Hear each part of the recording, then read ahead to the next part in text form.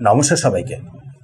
Recently দেখেছেন BJP বলিদান দিবস পালন করেছিল আমাদের পশ্চিমবঙ্গের শ্যামা প্রসাদ মুখার্জির মৃত্যু দিবস হিসাবে। সাথে আমাদের নতুন সিএম শুভেন্দু অধিকারী ক্লিয়ারলি বলেছেন যে অ্যাকচুয়ালি শ্যামা প্রসাদ মুখার্জির মৃত্যুটা কোনোভাবেই কিন্তু ন্যাচারাল ছিল না, পুরোপুরি কনস্পিরেসির মাধ্যমে তার প্রাণটাকে নিয়ে নেওয়া হয়েছিল। কারণ তিনি চাইছিলেন না একটা দেশের মধ্যে দুটো পিএম, দুটো সংবিধান আর দুটো ফ্ল্যাগ। তিনি চাইছিলেন যে জম্মু কাশ্মীর পুরোপুরি যেন প্রপারলি আমাদের ভারতের মধ্যে মিশে যায়। সো তার জন্যই তার এগেনস্টে কনস্পিরেসি করে তার প্রাণটাকে নিয়ে নেওয়া হয়েছিল। সো কি এই স্টোরিটা, কিভাবে অ্যাকচুয়ালি প্রাণ গিয়েছিল ডক্টর শ্যামা প্রসাদ মুখার্জির, জেনে নিন। তাহলে ইজিলি বুঝতে পারবেন যে কনস্পিরেসি অ্যাঙ্গেল তো অবশ্যই রয়েছে। দেখুন, অনেকেই মনে করে যে ডক্টর শ্যামা প্রসাদ মুখার্জি প্রথম থেকেই কংগ্রেসের টোটালি বিরোধী ছিলেন, প্রথম থেকেই ভারতীয় জনসংঘ তার পার্ট ছিলেন। এদিকে অ্যাকচুয়াল ব্যাপারটা হলো 1929-এর দিকে তিনি প্রথমবার সেই কংগ্রেসকেই অ্যাকচুয়ালি জয়েন করেছিলেন। কারণ দেখুন, সেই সময় ব্রিটিশ এম্পায়ারের আন্ডারে কংগ্রেসের মাধ্যমেই আমাদের ভারতের ট্রানজিশন পিরিয়ডটা চলছিল। সো অবভিয়াসলি তিনি 1929-এর দিকে সেই কংগ্রেসে গিয়েই জয়েন করেন। বাট সাথে সাথে তিনি বুঝতে পেরে গেছিলেন যে কংগ্রেসের কোনো রকমই কোনো পলিসি তার কিন্তু কোনোভাবেই পছন্দ হতো না। সো পরের বছর 1930-এই তিনি কংগ্রেস থেকে বেরিয়ে যান। দিয়ে তারপর 1947-এ আমাদের ভারত স্বাধীন হয়। জওহরলাল নেহেরু প্রথম প্রধানমন্ত্রী হন আর আবার ইনভাইট করেন সেই শ্যামা প্রসাদ মুখার্জিকে কংগ্রেসে জয়েন করার জন্য। তাকে মোটামুটি একটা পোস্ট অফার করা হয়েছিল। বাট আবার সেই ডক্টর শ্যামাপ্রসাদ মুখার্জি কংগ্রেসের পলিসিগুলোকে কোনোভাবেই পছন্দ করতে পারছিলেন না, যার ফলে আলটিমেটলি গিয়ে আবার 1950-এ তিনি কংগ্রেসের থেকে রিজাইন করে দেন। কারণ দেখুন, দুটো মেজর পলিসি কংগ্রেসের যেটা তার কোনোভাবেই পছন্দ হচ্ছিল না। প্রথমটা ছিল জম্মু কাশ্মীরকে নিয়ে, আর দ্বিতীয়টা ছিল ইস্ট পাকিস্তান থেকে আমাদের পশ্চিমবঙ্গে এসে পড়া হিন্দু রেফিউজিসদের নিয়ে। অ্যাকচুয়ালি দেখুন, 1948-এর দিকে ইনস্ট্রুমেন্ট অফ অ্যাসেশন জম্মু কাশ্মীরের সাথে আমাদের ভারতের সাইন হয়। পাকিস্তান অ্যাকচুয়ালি জম্মু কাশ্মীরের ওপরে অ্যাটাক করে ফেলেছিল। সো জম্মু কাশ্মীরের তখনকার রাজা হরি সিং আমাদের ভারতের সাথে ইনস্ট্রুমেন্ট অফ অ্যাসেশন সাইন করে নেন। জম্মু কাশ্মীর প্রপার লিখিতভাবে পার্ট হয়ে যায় আমাদের ভারতের। বাট তারপরেই আমাদের তখনকার পিএম পণ্ডিত জওহরলাল নেহেরু আরও আরেকটা পলিসিকে জম্মু কাশ্মীরকে নিয়ে ইন্ট্রোডিউস করে ফেলেন, আর্টিকেল 370, যে অনুযায়ী জম্মু কাশ্মীর হবে তো সেই ভারতেরই পার্ট, বাট সেখানে আলাদা করে অন্য আরেকজন পিএম থাকবে। সাথে আবার জম্মু কাশ্মীরের কনস্টিটিউশনটাও আমাদের ভারতের থেকে আলাদা হবে। তারপর আবার জম্মু কাশ্মীরের ফ্ল্যাগটাও আমাদের ভারতের থেকে আলাদা। কোনোভাবেই অ্যালাউ ছিল না জম্মু কাশ্মীরে কোনো ভারতীয়দের প্রবেশটা। এমনকি আমাদের ভারতের প্রেসিডেন্ট তারও পর্যন্ত অধিকার ছিল না কোনো রকমের পারমিশন ছাড়া জম্মু কাশ্মীরে এন্টার করাটা।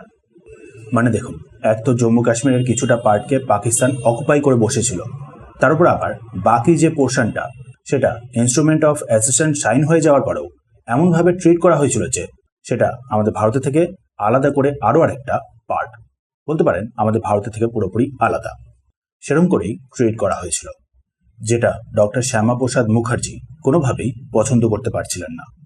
তার উপর আবার ইস্ট পাকিস্তান 1950-এর দিকে প্রচুর পরিমাণে হিন্দু বাঙালি আমাদের পশ্চিমবঙ্গে প্রবেশ করে যাচ্ছিল বা প্রবেশ করার চেষ্টা করছিল। কারণ হচ্ছে ইস্ট পাকিস্তানে তাদের উপরে প্রচণ্ড পরিমাণে অত্যাচার চলছিল। ডক্টর শ্যামাপ্রসাদ মুখার্জি জওহরলাল নেহরুর কাছে রিকোয়েস্ট করেছিলেন এই হিন্দু বাঙালিদের, হিন্দু রেফিউজিসদের হেল্প করতে। বাট কোনোভাবেই কোনো মিনিংফুল হেল্প কিন্তু জওহরলাল নেহরু এই বাঙালিদের করেননি। নর্মাল জাস্ট পাকিস্তানের পিএম এর সাথে কিছু কথাবার্তা দিয়ে তারপর কোনো মিনিংফুল অ্যাকশন কিন্তু তিনি সেই সময় নেননি, যার জন্য শ্যামাপ্রসাদ মুখার্জি আরোই পছন্দ করতে পারছিলেন না কংগ্রেসের মধ্যে টিকে থাকাটা। সো 1950-এ তিনি কংগ্রেস থেকে বেরিয়ে যান। দিয়ে তারপর 1951 তিনি জন্ম দেন ভারতীয় জনসংঘের, নতুন আরও একটা পার্টি হিন্দুদের কথাটাকে মাথায় রেখে, যে পার্টিটা থেকেই অ্যাকচুয়ালি ফাইনালি বর্তমান বিজেপির উদয় হয় 1980-তে। যাই হোক, শ্যামাপ্রসাদ মুখার্জি নতুন ভারতীয় জনসংঘ পার্টি তৈরি করেন। তারপর আমাদের পশ্চিমবঙ্গে ইস্ট পাকিস্তান থেকে যে হিন্দু রেফিউজিসরা ঢুকে পড়ছিল তাদেরকে হেল্প করা শুরু করেন। আর বিরোধিতা করা শুরু করেন কংগ্রেসের তথা নেহেরুর পলিসিগুলোর এগেনস্টে। 1953 8ই মে শ্যামাপ্রসাদ মুখার্জি, অটল বিহারী বাজপেয়ী আর আরও বেশ কতজন ফলোয়ার্সদের নিয়ে রওনা দেন জম্মু কাশ্মীরের দিকে। দিল্লি থেকে সোজা শ্রীনগর আর্টিকেল 370 এগেনস্টে প্রোটেস্ট করার জন্য। তার ইন্টেনশনটা ছিল হাঙ্গার স্ট্রাইক করার, সাথে আবার সিভিল ডিসওবিডিয়েন্স মুভমেন্ট স্টার্ট করার। বাট 11ই মে জম্মু কাশ্মীরে পা ফেলতে না ফেলতেই সাথে সাথেই তাকে অ্যারেস্ট করে নেওয়া হয়। জম্মু কাশ্মীরের তখনকার PM Sheikh Abdullah clearly order দিয়ে দেয় শ্যামাপ্রসাদ মুখার্জিকে অ্যারেস্ট করার জন্য, তা আবার কোনো রকমের কোনো অ্যারেস্ট ওয়ারেন্ট ছাড়া। সেই শেখ আবদুল্লাহ, যার বর্তমান গ্র্যান্ডসনই হলেন ওমর আবদুল্লাহ, বর্তমান জম্মু কাশ্মীরের সিএম। অ্যারেস্ট করার পর তাকে সাথে সাথে গিয়ে রাখা হয়েছিল শ্রীনগরের লাল চক সিটির থেকে 11 কিলোমিটার টোটাল দূর নিশাদ বাগ মুঘল গার্ডেন, তার পাশেই একটা ছোট্ট কটেজের মধ্যে। সেই ছোট্ট কটেজটাকেই কটেজ কাম জেল বানিয়ে দেওয়া হয়। শ্যামাপ্রসাদ মুখার্জির সাথে রাখা হয়েছিল গুরু দত্ত বৈদ আর টেকচাঁদকে। শ্যামাপ্রসাদ মুখার্জি তখন অলরেডি শারীরিকভাবে অসুস্থ ছিলেন, তারপর আবার তার পা নিয়েও সমস্যা ছিল। সিঁড়িতে চড়া তার পক্ষে কোনোভাবেই সম্ভব ছিল না।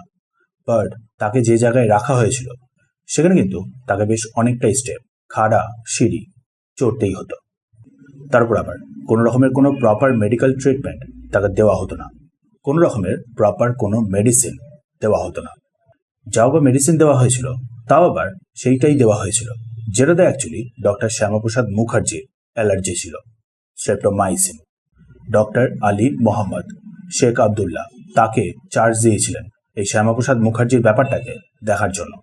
শ্যামাপ্রসাদ মুখার্জি ক্লিয়ারলি ডক্টর আলী মোহাম্মদকে জানিয়েছিলেন যে স্ট্রেপ্টোমাইসিন তার শরীরে কোনোভাবেই কিন্তু শ্যুট করে না, তার অ্যালার্জিক রিয়াকশন হয়।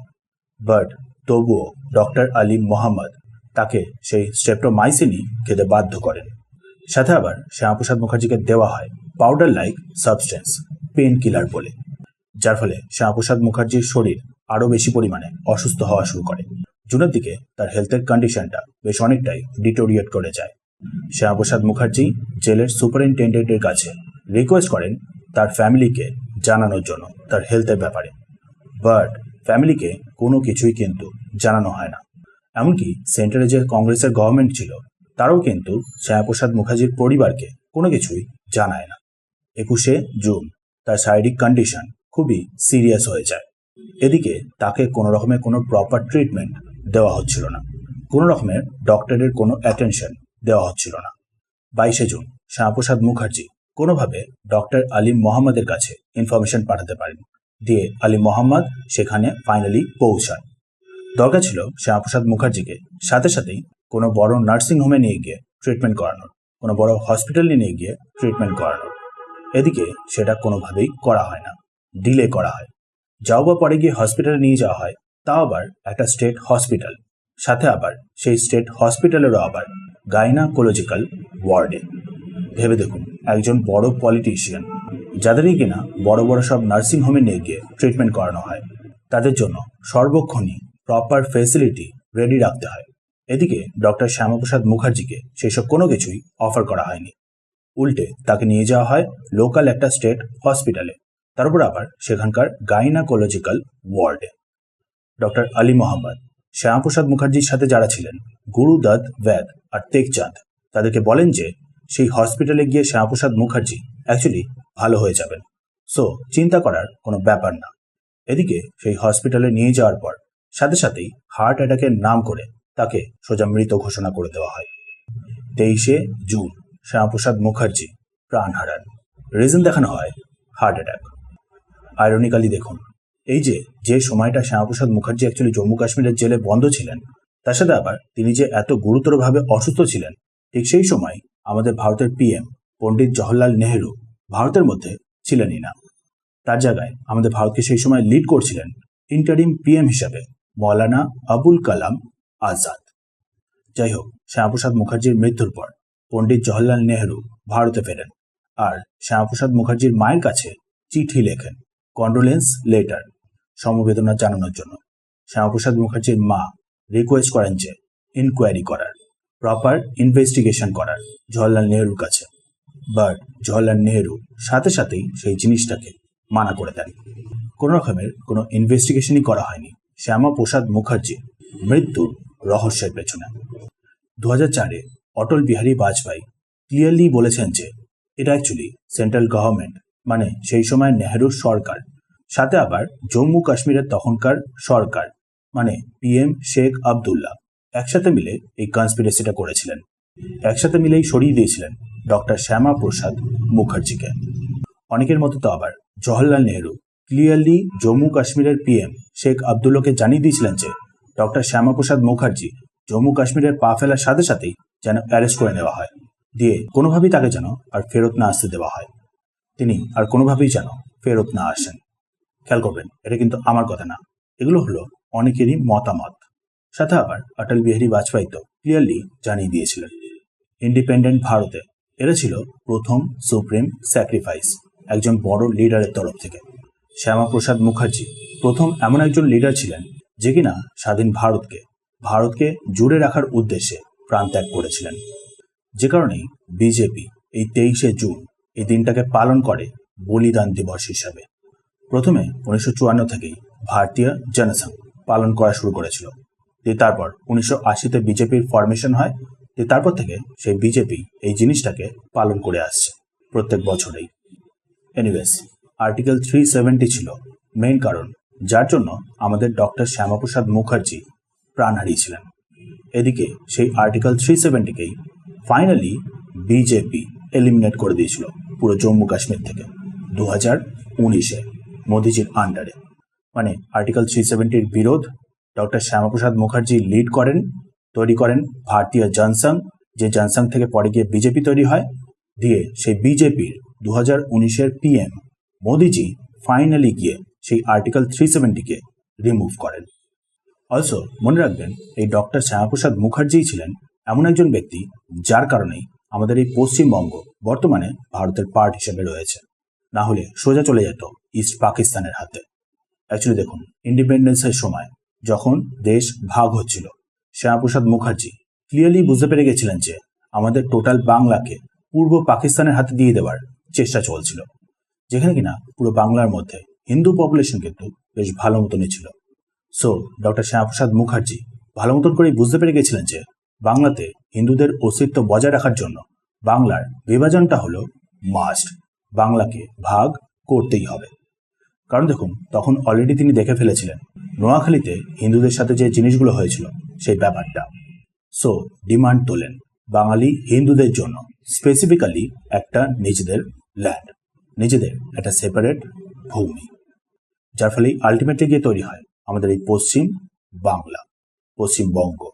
20শে জুন 1947 ফাইনালি এই পশ্চিমবঙ্গ প্রপারলি নিয়ম অনুযায়ী ভারতের পার্ট হয়, যে দিনটাকে সেই কারণেই বিজেপি পশ্চিমবঙ্গ দিবস হিসেবে অ্যানাউন্স করেছে ফাইনালি।